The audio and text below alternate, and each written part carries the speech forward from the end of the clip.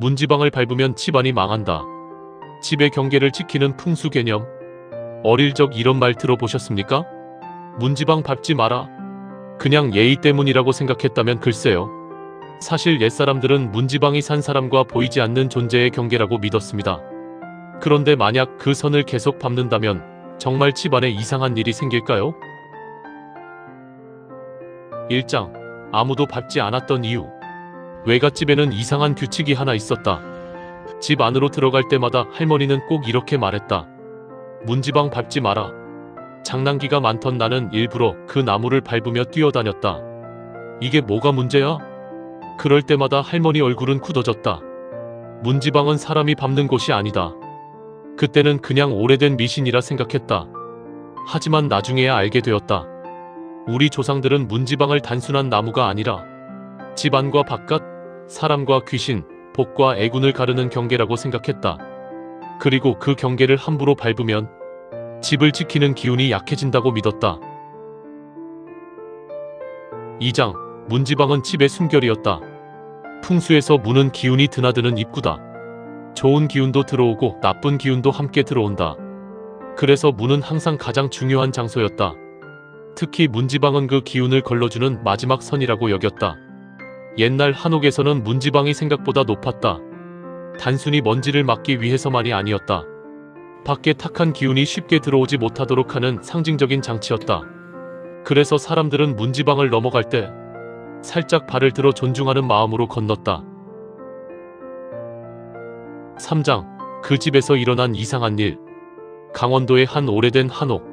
새 주인은 낡은 문지방이 불편하다며 모두 철거했다. 요즘 누가 이런 걸 남겨둬? 문턱은 사라졌고 출입은 훨씬 편해졌다. 하지만 이상한 일은 그날 이후 시작되었다.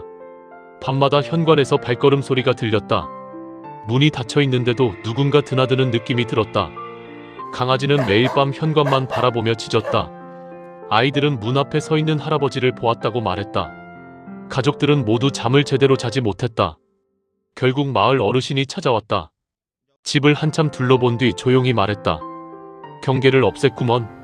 며칠 뒤 새 문지방을 다시 만들고 고사를 지낸 뒤부터 그 이상한 일은 거짓말처럼 멈췄다고 한다. 물론 사실 여부는 알 수 없다.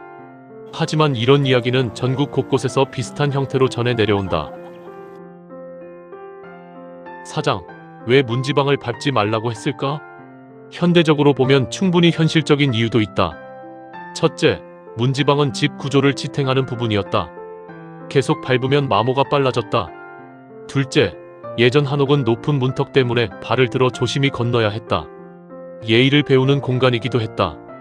셋째, 심리적인 의미다. 사람은 경계를 의식할 때 행동이 달라진다.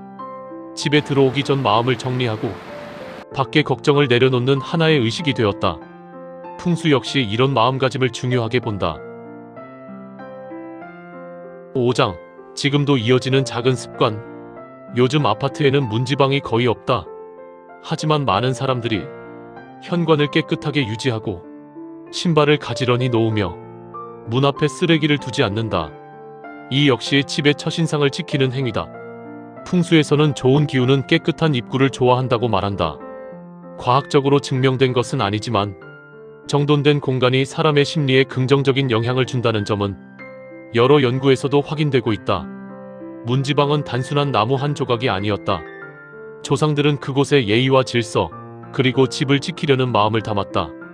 그래서 문지방을 밟지 말라는 말은 귀신이 무서워서가 아니라 경계를 존중하라는 삶의 지혜였는지도 모른다.